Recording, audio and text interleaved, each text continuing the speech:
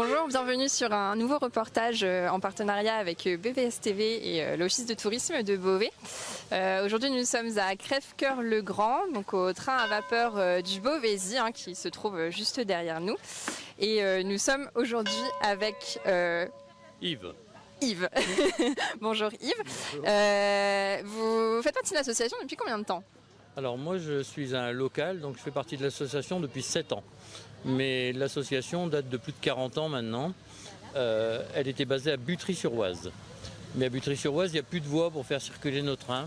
Donc depuis plusieurs années, l'association cherchait un site pour faire circuler le train. Et nous avons trouvé cette plateforme qui va d'ici Crèvecoeur jusqu'à Saint-Omer en chaussée. Donc petit à petit, on la transforme, on l'aménage pour faire rouler notre train de collection. Oui, parce que là, du coup, c'est l'association du musée des trains à vapeur, c'est ça. C'est l'association MTVS, c'est le musée des tramways et des trains à vapeur secondaires. Oui, très bien, c'est ça. Et du coup, vous, c'est quoi votre rôle dans l'association? Vous faites tout quoi? Le monde fait un peu tout, mais moi, je suis plutôt cantonnier, je pose de la voie, je ne conduis pas le train. Non, vous ne conduisez pas le train. non, j'ai vu tout à l'heure vous renseigner un petit peu les visiteurs, etc. Et là, du coup, qu'est-ce qu'ils peuvent voir alors les visiteurs quand ils viennent ici sur le site? Quand les gens viennent ici, on leur propose une balade en train, dans un train dont l'ensemble du train est classé monument historique. Les locomotives sont classées monument historique, les voitures sont aussi classées monument historique. Ce sont les tortillards, c'est les trains secondaires qui roulaient dans les campagnes françaises entre 1860 et 1950. Donc tous ces trains-là ont été réformés dans les années 50 et c'est ce matériel-là que nous on fait revivre. Donc quand les gens viennent ici, on leur propose une balade de 3/4 d'heure dans notre train et puis après on partage avec eux. Donc on partage avec eux autour d'autres locomotives qui sont dans le bâtiment et autour d'une exposition qu'on a fait sur le développement des bains de mer grâce en partie à ces trains secondaires. Très bien. Et là, du coup, vous avez dit que le train a été classé monument historique. Qu'est-ce que vous faites en fait comment est-ce que vous recevez les différentes voitures, etc. Vous pourrez voir sur les pieds qu'on a là, quand on a récupéré toutes ces voitures-là, c'était des ruines. Dans les années 50, les châssis ont été ferraillés et puis les caisses ont été données ou vendues à des gens pour faire des poulaillers, des cabanes de jardin, des bergeries. Et nous, c'est ces cadavres-là qu'on récupère et qu'on essaie de refaire, donc on réussit plutôt bien. Donc petit à petit on les transforme, mais on les transforme dans l'esprit de ce qu'elles étaient et dans la réplique de ce qu'elles étaient. Et donc du coup là c'est pareil pour les rails aussi entre Crèvecoeur et Rotangy déjà dans un premier temps, il a fallu les refaire aussi. Oui, parce que la voie ferrée sur laquelle on roule maintenant, c'est l'ancienne voie ferrée d'Amiens à Beauvais.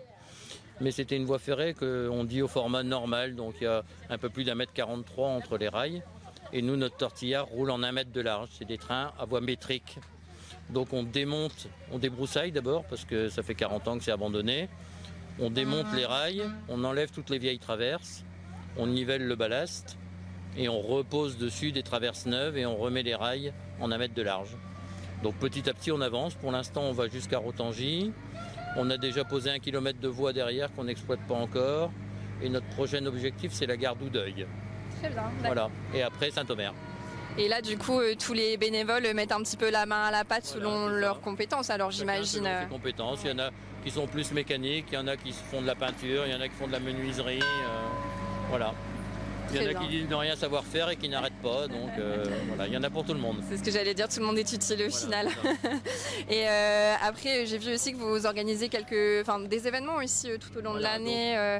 On roule 2 dimanches par mois. Ouais. De mai à septembre. Donc on fait 3 trains dans l'après-midi. Donc le train que vous venez de prendre là, à 14h, un autre à 15h30 et un à 17h. Aujourd'hui les 3 trains seront complets. Et puis on roulera aussi le samedi des journées du patrimoine. D'accord. Donc ça c'est le 3e dimanche de septembre, mais on roulera le samedi aussi. Et puis à Noël on accueille le Père Noël. Donc les 10 et 11 décembre. Et l'année dernière on a accueilli beaucoup de monde pour le train du Père Noël. Voilà. Et on accueille des groupes entre deux. Oui. Donc on roule le dimanche pour les particuliers et en semaine on roule n'importe quand pour un groupe qui demande et qui prend rendez-vous.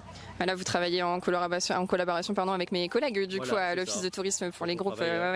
Donc il y a des gens qu'on reçoit en direct et beaucoup qui traitent avec l'Office de tourisme qui le matin souvent font une autre visite, le midi vont manger quelque part et l'après-midi viennent prendre le train à vapeur. Voilà, nous on préfère l'après-midi parce que la mise en route du train c'est 3 heures, donc c'est plus facile l'après-midi. Ok, super. Bah, merci beaucoup en tout cas Voilà. pour la petite interview, c'est gentil. C'est nous qui vous Merci.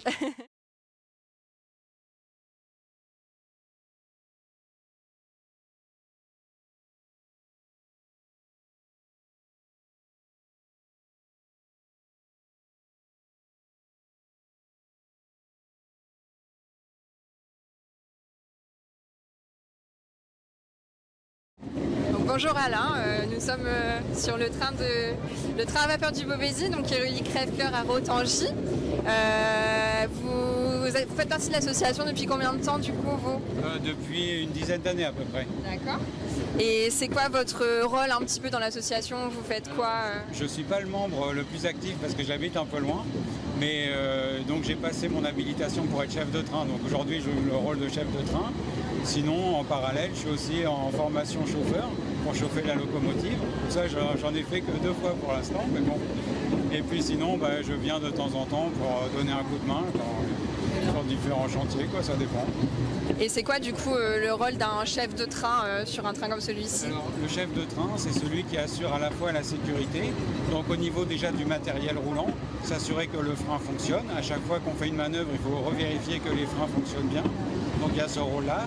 Et puis il y a tout le rôle un petit peu plus accompagnement des voyageurs, s'assurer que les portes sont bien fermées quand on part, que tout le monde est bien assis, rappeler les consignes de sécurité. Et puis le chef de train, c'est celui aussi qui donne le départ. Donc il faut s'assurer que toutes les conditions sont réunies, à la fois sur le matériel, mais aussi auprès du chauffeur de la locomotive, s'assurer que la locomotive a la pression nécessaire pour faire le trajet, parce que sinon c'est dommage, on n'arrive pas au bout. Et puis en même temps, d'un point de vue voyageur, donner le départ, c'est s'assurer que tout le monde est bien monté dans le train. Éventuellement, quand on est au point de départ, s'assurer qu'il n'y a pas de retardataire et attendre que tout le monde soit bien monté dans le train avant de partir. On ne part pas à horaire fixe, on part quand tout le monde est là en fait. Oui, bien sûr, c'est bien, ça fait beaucoup de choses à vérifier. Et là, du coup, vous aviez dit que vous êtes en formation pour être chauffeur du train, donc ça, c'est sur la loco, alors du coup, carrément. Oui, sur la locomotive à vapeur, il y a 2 personnes. Il y a le mécanicien qui la conduit, celui qui conduit vraiment la locomotive, qui accélère, qui freine au bon moment, qui siffle au passage à niveau. Voilà. Et puis il y a le chauffeur qui, lui, doit assurer la production de la vapeur. Donc c'est lui qui met le charbon, qui fait brûler le charbon, qui s'assure que dans la chaudière, il y a toujours la bonne quantité de vapeur, que la vapeur est à la bonne pression. Donc il joue à la fois sur le charbon à mettre dans le feu et aussi l'alimentation en eau de la chaudière. Il faut toujours avoir un peu les deux. Si on met du charbon sans mettre d'eau, il n'y a plus d'eau, donc ça fait plus de vapeur. Et puis si on met trop d'eau et qu'il n'y a pas de charbon pour faire chauffer,